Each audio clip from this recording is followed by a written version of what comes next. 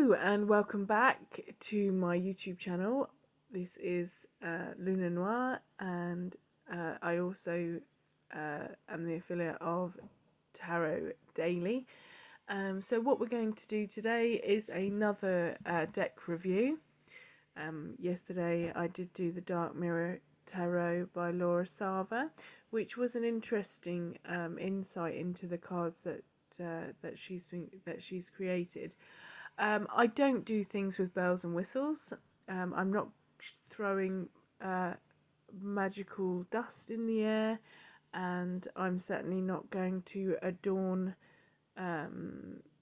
myself with jewels and crystals to look authentic. I'm just here to show the decks themselves. I am a certified tarot card reader. I'm certified by Hay House Publishing, and I do private readings by appointment, which you can contact myself via lunanoir333@gmail.com.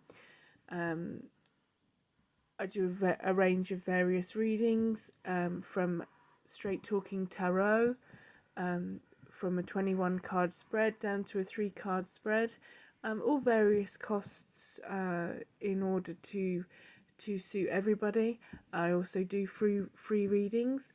You can always catch me on a good day and contact me to provide a free general read, or if you have a specific question that you're looking to get answered.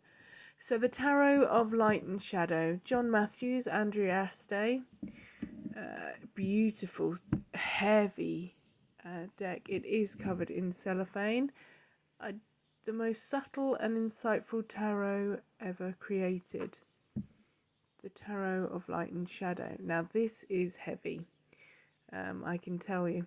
So what I'm going to have to do is open it. Just bear with me one moment. Okay. I'm trying not to damage the box. That peeled off quite lovely.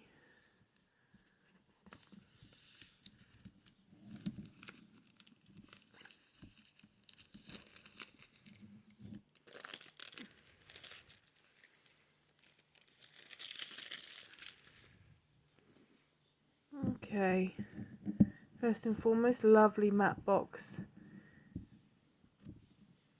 Feels lovely, good quality, sturdy box. Oh, good blip, good pull. Nothing on the inside. When I show you my Lily Ashwell deck, you'll see that hers is adorned on the inside. That's why I always mention it.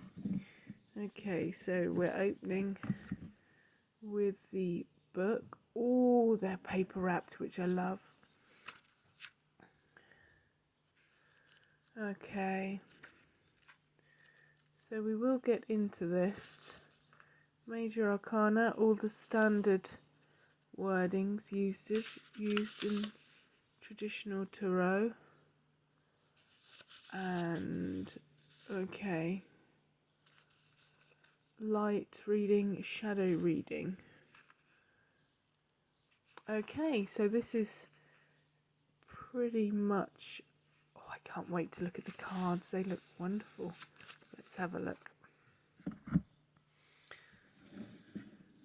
Now, first of all, the overall impression is, wow, I am impressed. I love paper wrap when they come in the paper wrap. Whoa. Okay. I'm going to have to look at the aesthetics of this. See if there's a little lip. Here we go.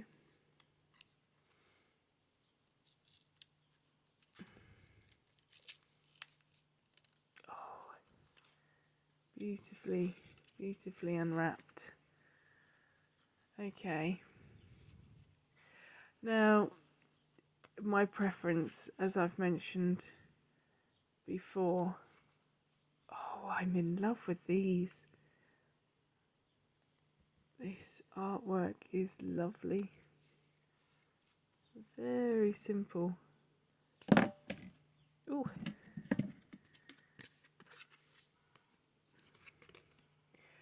But I've mentioned before, judgment, is that I do not like silk finish on cards. It's just because of what I'm used to. All my cards are well worn, perhaps. Okay, so we are looking at the light side that is described. The all-seeing eye there.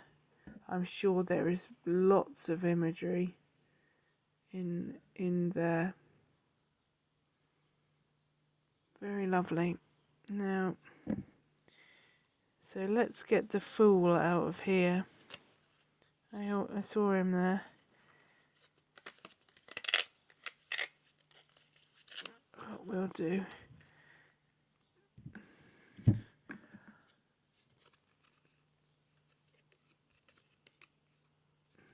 Good quality card. Nothing out of the ordinary, not gilded. But then I don't think I paid that much for this deck. Let's have a look. Here.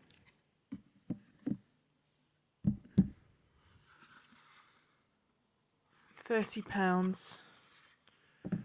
I don't think I paid £30. I think I got it in a sale because I bought a few others.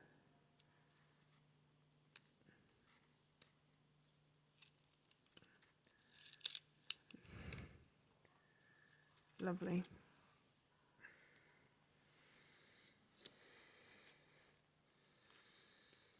Okay, so it's definitely just exactly the same amount of cards, all the standard major arcana. Okay, so we just had his judgment in shadow, in what is being referred to, and the light and the shadow. So this is the shadow card of judgment. Everything apart from the colour appears to be exactly the same. I'm just going to have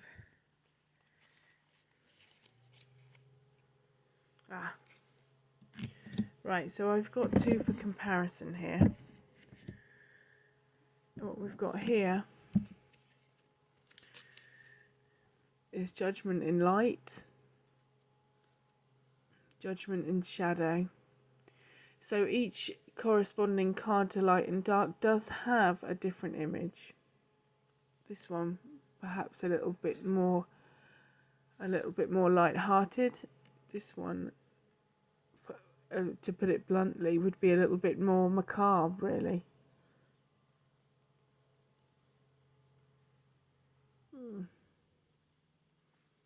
Interesting. And see what's up in the corner here. So there's a little eye, all-seeing eye, and then in these a small swirl. Okay, let's get into the book to see what they're trying to say to us with this deck and how it's meant to be used. Now, I've never come across a deck like it, where there's two sets of cards meant to be used at the same time, I believe, but we will look into that in a moment. John Matthews, highly respected within the spiritual community as a authentic, genuine reader. So let's have a look. I'm going to pull out the judgment and see what they have as the... Because what you will find is that with various tarot cards, although generally they are all based on a specific system, And they should indeed, if sticking to that, be using the same formula, as it were, or a roundabout meaning of the cards. Now, some people say that you don't need to learn the cards, or you don't need to look into the old-fashioned way of reading the cards. Now, I'm a traditional reader. I enjoy the tradition of tarot, and I respect the meanings and the definitions that were given to the cards to get the reading across, and to use the tool as divination. Now, what I'm going to go through is this is, I'll show you in the book so you can see. It's a good 2-page it's a thick book. It's a good 2 pages of explanation. So what if, as I said previously, if you want to pick up the deck and use your intuition as to what you feel it's trying to get across, then go ahead. But I am just going to give you a brief explanation of what I am reading here, to see what your opinion is and what you convey from using the decks themselves. Let's have a look to see how.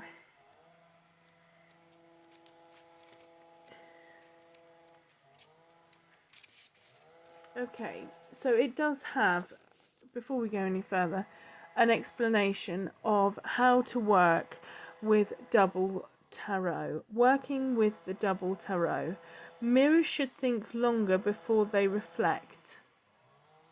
Okay, so that's the statement that comes from Jean Cocteau. Apologise if I'm not pronouncing that correctly.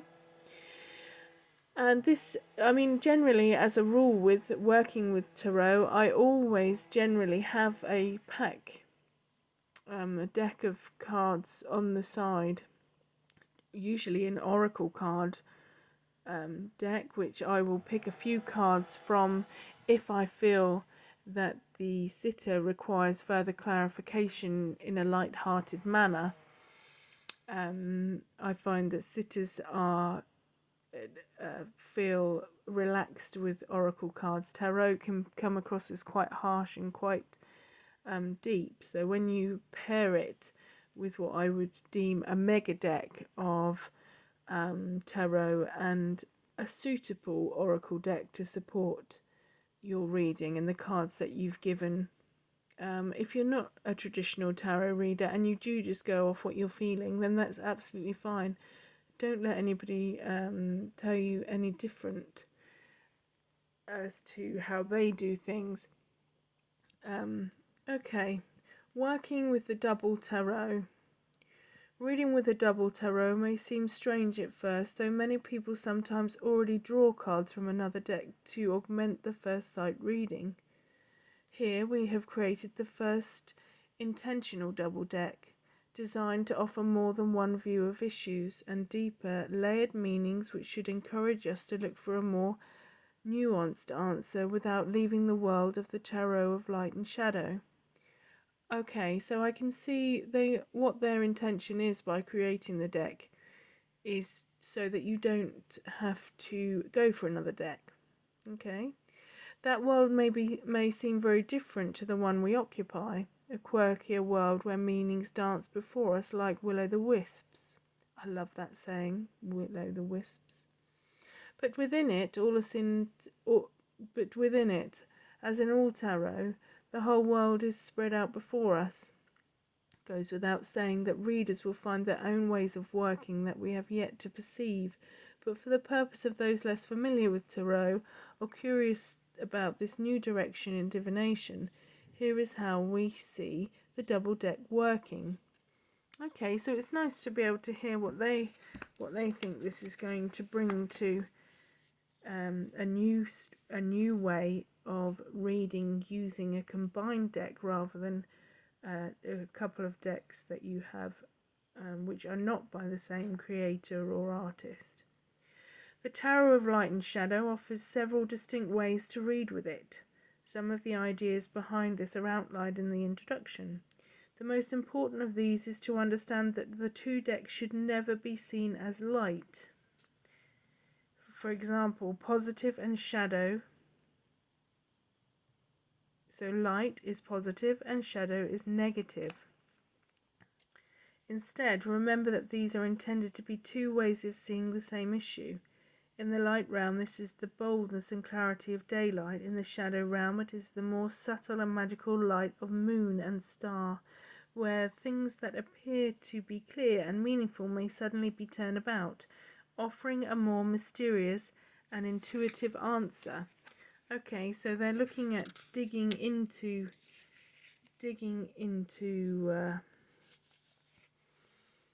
the cards themselves. I'm sorry, I should be holding it here really. Ways of working with the double deck. So let's just get into this for a moment. Method 1. Choose either the light or the shadow deck as your principal resource. Shuffle and draw cards exactly as you would, using either a simple 3-card spread or a more complex one using the higher number of cards. Several new, specially devised spreads will be found below. And I did have a look through the guide and I thought that was very interesting also. Read this set of cards. Then draw a number of additional cards from the alternate deck and use these to supplement and clarify the original reading. You can choose the same number of cards as you drew from the principal deck of choice, or more if additional clarification is required. You will find light and shadow readings in this book for each card, along with some background information regarding the meanings of the imagery. This, though it may seem to follow traditional lines, offers a number of differences. Careful study of the cards from both decks will show you a number of variants, small and large. These are not simply mirror designs or even flipped pictures. They are specifically drawn to offer clues to the different ways in which the same card may be read. I think that's a lovely explanation. If you are fairly new to actually reading tarot and you've jumped in the deep end and got this deck, then woohoo! You may need to hold on to your hat, but my goodness, you are starting off strong. So the pips and courtiers, which is the small cards. Tarot has evolved in its own language over time. It is a language spoken by all tarot readers, a kind of folk argot, as Caitlin Matthews calls it in her book, Untold Tarot, but it is not fixed. I won't go too much into it. Each user will devise and extend meanings given here or elsewhere to suit their needs and understanding. The language of tarot begins in the Renaissance, a very different age to our own. It remained more or less constant until the early 19th century, when the new ideas and meanings were introduced, growing out of the occult revival of the 18th century and filtering through the dawn of psychology in the 20th. The greatest change was that the number cards, easily traceable to their origins in playing card suits, were no longer represented as multiple images for the 10 cards of the suit. 5 of Swords, 2 of Cups, 8 of Wands, and so on, and began for the first time to display images until they found only in the majors. In a rare exception to this, the 14th century Tarot de Bologna, which included images of people, but this seems to have been unique for them. In this double deck, we have turned back to the older idea of using pips rather than complex images, and readers unused to using the pips rather than the complex images, and readers unused to this style might take a little longer to familiarize themselves with the meanings, although they will soon recognize parallels to the more usual meanings of the contemporary decks. Those we have given here are more or less standard and derive principally from the 17th century Tarot de Marseille, which continue to be reprinted and adapted into our own time, and thus gives us many accessible meanings. In addition, we have occasionally reference to the more familiar Rider-Waite deck to flesh out the bare bones of the older meanings. Those requiring further information and ways to work with these cards are recommended to read Caitlin Matthews' book Untold Tarot. Bear with me one moment. Okay, so inevitably with two large decks, they are full. That's just one of the decks that comes in the pack, and the shadow side is exactly the same. Inevitably, if we move away from the actual history and so forth into the actual practicality of using the deck in a setting or a reading itself, the shuffling of the cards. So inevitably, when you're working with two full tarot decks, the question arises how to actually shuffle them, unless you've got very large hands, which I don't think even a giant hand would be able to work with both. You won't be able to work with the two decks at the same time. We therefore suggest you, so this is their suggestion, this isn't my suggestion. You begin shuffling the decks separately. What they're asking you to do is go back to the traditional method of each deck. Now, I think this is principally telling you 100% that you are not to mix the cards together. The cards are solely a purpose to work as an individual deck, but work together as a whole, not actually sort of amalgamate them all together and shuffle them all. So what we're doing is we're taking the light deck, we're shuffling, and we're separating into 3 piles.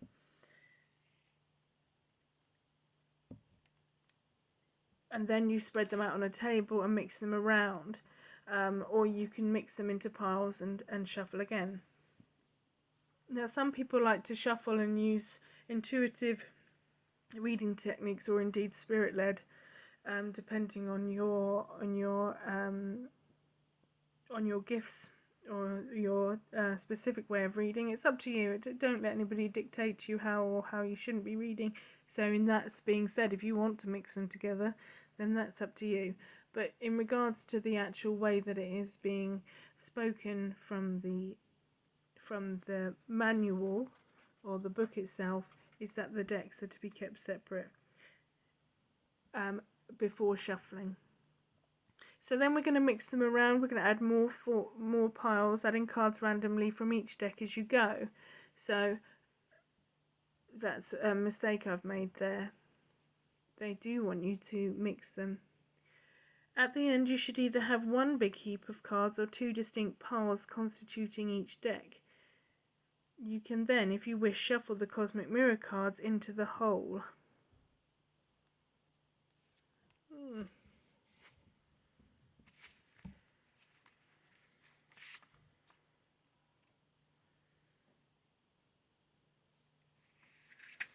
Okay, let's have a look at what they deem to be an example of a mirror spread.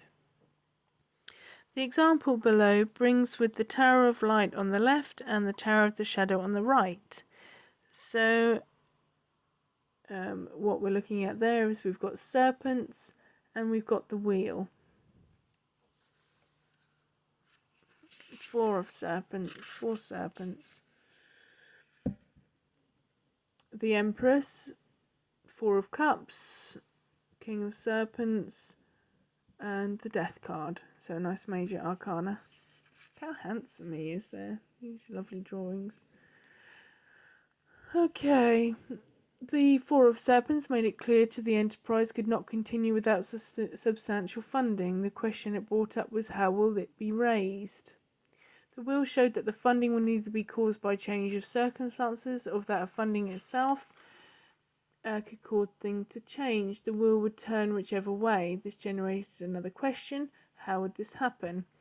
Okay, so I'm not boring you with reading every single part. I will do a part 2 tomorrow, just to go into some small spreads, and then I will do some readings, just some example readings. Let's just have a quick look in the last minute. Let's have a look at the Knight of Swords. So, as well as strength, the Knight brings great attention to detail. In the shadow reading, the Knight is a willing champion, possessed of integrity and ethical insight, who feels righteous indignation over wrong he sees. I'm quite happy and open to have a conversation about this if anybody wants to comment. I will come back and go through a little more, but I don't want to take up too much more of your time. Leave it with me and I will come back and I'll upload another video with some more information. I appreciate your time. Please remember to check out my TikTok page, which is Luna Noir, and Luna Noir has tarot and spiritual guidance page on Facebook. And I'll look forward to seeing you there. Thank you. Bye bye.